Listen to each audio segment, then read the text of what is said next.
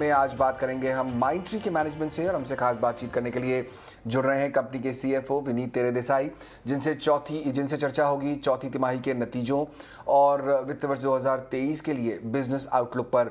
लेकिन सबसे पहले हर बार की तरह कंपनी के बारे में कुछ डिटेल्स दे देते हैं आपको। माइंडट्री जो है वो 1999 में इसकी शुरुआत हुई थी। ये L&T ग्रुप की एक कंपनी है, डिजिटल और क्लाउड टेक्नोलॉजी का बिजनेस है। कंपनी के 276 एक्टिव क्लाइंट्स हैं। नॉर्थ अमेरिका, यूके समेत 24 देशों में ये कंपनी मौजूद है।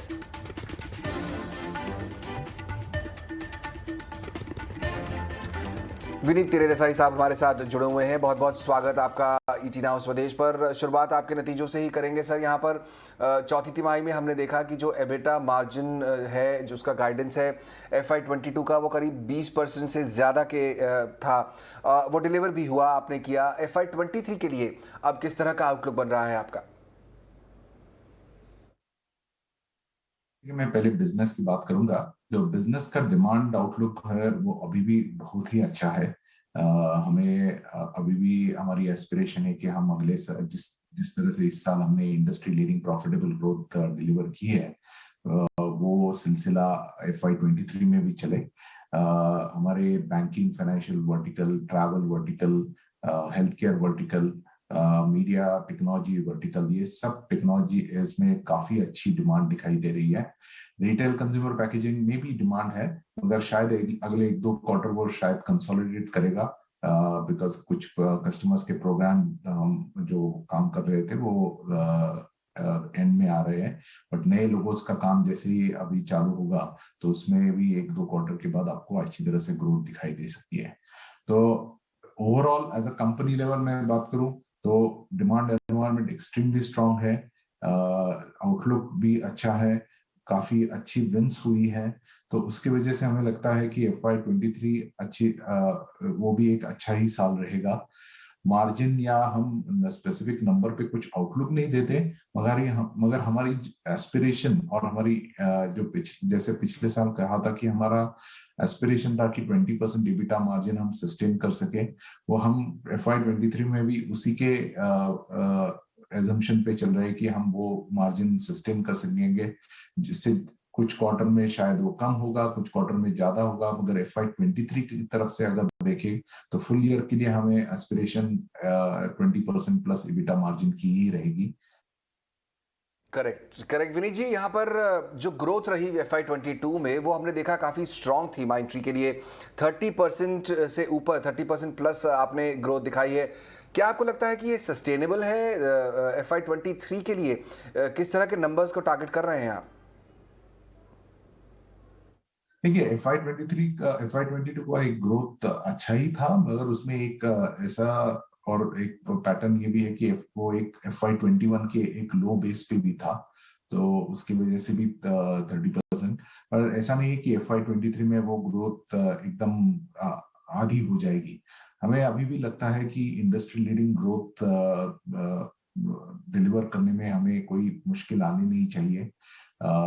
जो क्वार्टरली हमारा 5% के करीब जो रन रेट है, वो अगर हम मेंटेन कर सके तो वो एक इंडस्ट्री लीडिंग ग्रोथ की तरफ ही इशारा करता है। हमारी ऑर्डर बुक काफी अच्छी है, हमारी हायरिंग अच्छी हो रही है। मैंने जैसे कहा कि एट्रिशन एटलीस्ट इनिशियल ट्रेंड्स दिखा रहे हैं कि स्टेबलाइज हो रहा है। और ये सब चीजें अगर राइट टैलेंट हम राइट टाइम और राइट प्लेस पे अगर डिलीवर कर सके तो ग्रोथ और प्रॉफिटेबिलिटी दोनों लेवल पे हम FY23 को एक्सपेक्टेशंस को मैच कर सकेंगे।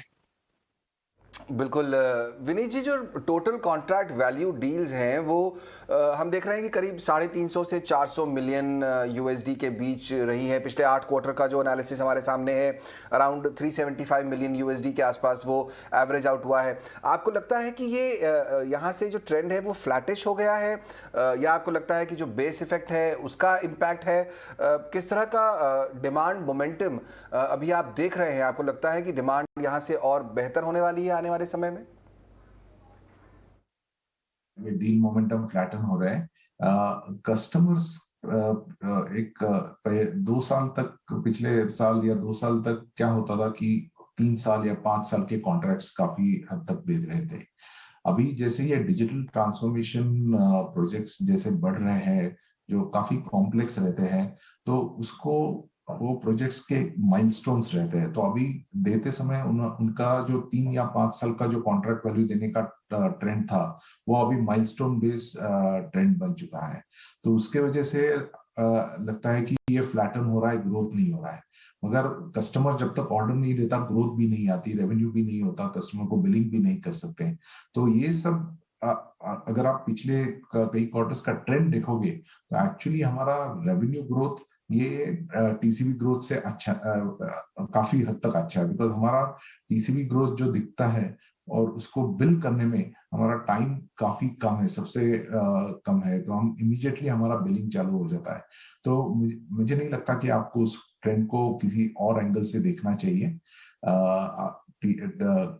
The difficulty only if I have to call out is talent. अगर राइट टैलेंट हम राइट प्लेस पे नहीं ला सके, तो शायद डिलीवरी में दिक्कत आ सकती है, और जिसकी वजह से आपको शायद सेकंड लेवल का प्रोग्राम नहीं मिल सकेगा, अगर आप टैलेंट स्ट्रेटेजी अच्छी तरह से नहीं मैनेज कर सकोगे तो।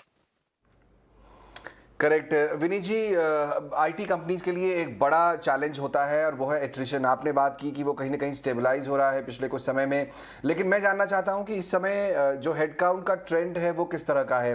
एट्रिशन का रेट अगर आप उसका डिटेल बता सकें, कैसा है, आपने एडिशंस कितने किए हैं, आने वाले समय में किस तरह का की और हायरिंग के प्लान्स हैं आपके?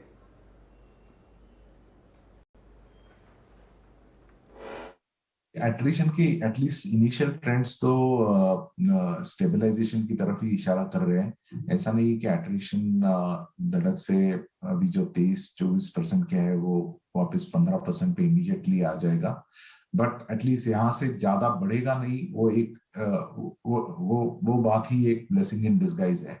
तो हमारी कोशिश यही रहेगी कि जो टैलेंट हमारे पास है उसको हम राइटली मोटिवेट करें, राइटली नए नए प्रोजेक्ट्स पे काम करने के लिए उत्साहित करें, प्रेरित करें। तो उसके वजह से आज लोग माइंट्री ज्वाइन कर रहे हैं, बिकॉज हम डिजिटल एज में सबसे कटिंग एज टेक्नोलॉजीज पे काम करते हैं, और वही चीज टैलेंट को हमारी तरफ, कंपनी की तरफ अट्रैक्ट करती है। ये जो एट्रिशन का ट्रेंड है वो पूरी इंडस्ट्री के लिए ट्रेंड है, ऐसा नहीं है कि माइंट्री के लिए आउटलायर है कुछ। सो हर कंपनी अपनी तरफ से कोशिश कर रही है, और माइंट्री भी कोशिश कर रही है। हम काफी हद तक आज तक हमारे एट्रिशन की वजह से कोई डिलीवरी इम्पैक्ट आया नहीं है। तो हमें यही लगता है कि हमारी कोशिश तो यही रहेगी कि ये ऐसा ही सस्टेन करते रहे, और जहां हो सके वो एट्रिशन को कम कर सके। ओके, एक आखिरी सवाल विनीत जी पूछना चाहूंगा रियलाइजेशंस के बारे में। वहां पर ट्रेंड किस तरह का दिख रहा है? साथ ही आपकी बुक्स में हमने देखा कि कैश काफ़ी हद तक है, तो एमएनए पर कोई अगर डेवलपमेंट हो रहा है, किस तरह से आप इस डायरेक्शन में इस ग्रोथ को देख रहे हैं? नहीं, एमएनए तो कॉन्स्टेंटली हम इवेल्युएट करते रहते हैं। हमारी ये तरफ से कोशिश रहती है कि हमें एमएनए सिर्फ टॉप लाइन बढ़ाने के लिए नहीं करना है। हमारी कोशिश रहेगी कि एमएनए अगर हम कोई टारगेट करें, तो हमें एक आइदर कस्टमर बेनिफिट दे या पर्टिकुलर ज्योग्राफी के पोजीशनिंग में हमें बेनिफिट करे। तो ये सब चीजें देख के फाइनेंशियली कितना, कब तक आपका रिटर्न ऑन इन्वेस्टमेंट कैसे होता है, ये सब चीजें देख के हम एमएनएज इवेल्युएट करते हैं। पिछले 2 साल आप जैसे आपको मालूम है कि पैंडेमिक की वजह से काफी हद तक हमारी बिजनेस स्टेबलाइजेशन पे काफी फोकस था, मगर हम अभी लास्ट कपल ऑफ मंथ से काफी एमएनए ऑप्शंस इवेल्युएट कर रहे हैं, और जैसे ही कुछ रहेगा तो आपको हम उसके बारे में बता देंगे। हमने एक अभी पिछले महीने ही एक स्ट्रैटेजिक इन्वेस्टमेंट किया हेल्थ केयर वर्टिकल में। तो वो एमएनए नहीं है, मगर उसकी वजह से जो स्ट्रैटेजिक बेनिफिट है इन टर्म्स ऑफ कस्टमर के, हम कस्टमर रेफरेंसेस मिलते हैं, कैपेबिलिटी बिल्डिंग में हमें बेनिफिट मिलता है, कंसल्टिंग का एक बेनिफिट मिलता है। तो ये सब चीजें हम ऐसे स्ट्रैटेजिक इन्वेस्टमेंट करते रहेंगे। बहुत बहुत शुक्रिया विनीत तेरेदेसाई जी, आज समय निकालकर रेटिना स्वदेश से बात करने के लिए। माइंट्री के सीएफओ वहां पर अपने रिजल्ट्स पर और आने वाले दिनों के जो प्लान्स हैं कंपनी पर, उस पर चर्चा करते हुए। चलिए फोकस करेंगे कि इस स्टॉक में आपको अब क्या करना चाहिए। हमने देखा नतीजे काफ़ी अच्छे रहे थे और उसके बाद स्टॉक में मूवमेंट भी देखने को मिला, लेकिन अब यहाँ से क्या व्यू बनता है माइंट्री पर। मेरे साथ मेरी आज की खास मेहमान जुड़ गई हैं, शाहिना मुकादम जी। शाहिना, बहुत बहुत स्वागत आपका इटिना स्वदेश पर। माइंट्री के मैनेजमेंट को आपने सुना, काफ़ी हद तक बुलिश व्यू बन रहा है FY23 के लिए। स्टॉक पर क्या कॉल है फिलहाल आपका?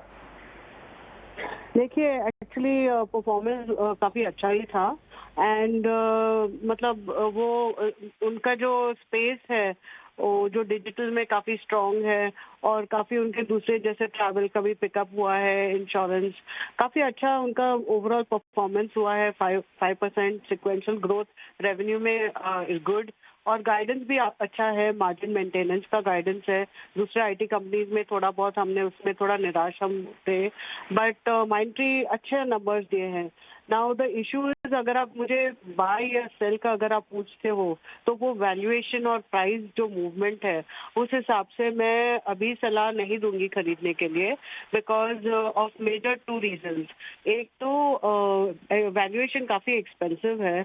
अगर आप देखो जो बड़े आईटी कंपनीज हैं उनसे अगर आप कंपेयर करो तो माइंट्री का वैल्यूएशन ऑलमोस्ट से 1 ईयर फॉरवर्ड 35 टाइम्स है, तो ये लार्ज कैप कंपनी से ज़्यादा महंगे हैं। और जो कॉमन प्रमोटर है L&T, मतलब जो दूसरी उनकी कंपनी है L&T इन्फोटेक, वहाँ भी वैल्यूएशन इतना ही इक्वली एक्सपेंसिव है। और so I think as of now current levels नहीं खरीदना चाहिए, बिकॉज काफ़ी ब्रोकरेजेस, बड़े ब्रोकरेजेस के न्यूट्रल या मतलब बाय कॉल्स नहीं है अभी। तो I think one should wait for corrections और स्टॉक भी टेक्निकली भी थोड़ा करेक्टिव मोड में दिख रहा है। दोनों स्टॉक्स एक्चुअली एक ग्रुप के, Mindtree as well as L&T info. तो आई थिंक यहाँ से एटलीस्ट आप 10% के डिक्लाइन पे अगर आपको खरीदना है खरीद लीजिए, बट फंडामेंटल्स ऐसा कोई प्रॉब्लम नहीं है।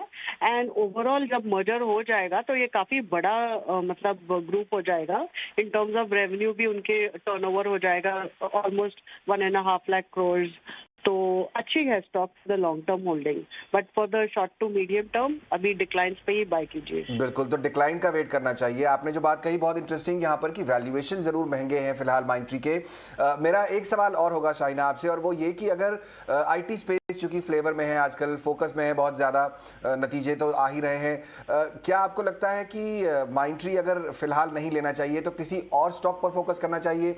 मसलन इन्फोसिस हमने देखा कि 2 दिन में 8% गिर गया है, या TCS यहाँ गिरावट है। आप बड़े आईटी स्टॉक्स के साथ रहेंगी या छोटे के साथ जाएंगी? अगर आप बड़े आईटी के स्टॉक ले तो दोनों इन्फोसिस और TCS जो करेक्शन हमको दिखा है उनमें हम मेरे हिसाब से आप लॉन्गर मीडियम टर्म के लिए ऐड कर सकते हैं। अगर स्मॉल कैप में देखना है तो वैल्यूएशन वाइज KPIT काफ़ी इंटरेस्टिंग लगता है। एंड अगर आपको ये सेक्टर में रहना है तो even platform companies you can look at, you know. So the overall segment अगर आप पोर्टफोलियो में ऐड कर रहे हो तो इस हिसाब से आप मतलब इसको स्प्लिट कर सकते हो। थोड़े प्लेटफॉर्म कंपनीज हो, थोड़े आईटी कंपनीज हो, तो वो इट विल बी बेटर। अच्छी स्ट्रैटेजी है यहाँ पर अगर आपको आईटी स्पेस प्ले करना है तो। बहुत शुक्रिया शाहिना, समय निकालकर आज इटिना स्वदेश से बात करने के लिए। और जैसा कि शाहिना ने बताया कि L&T इन्फोटेक भी एक कंपनी जो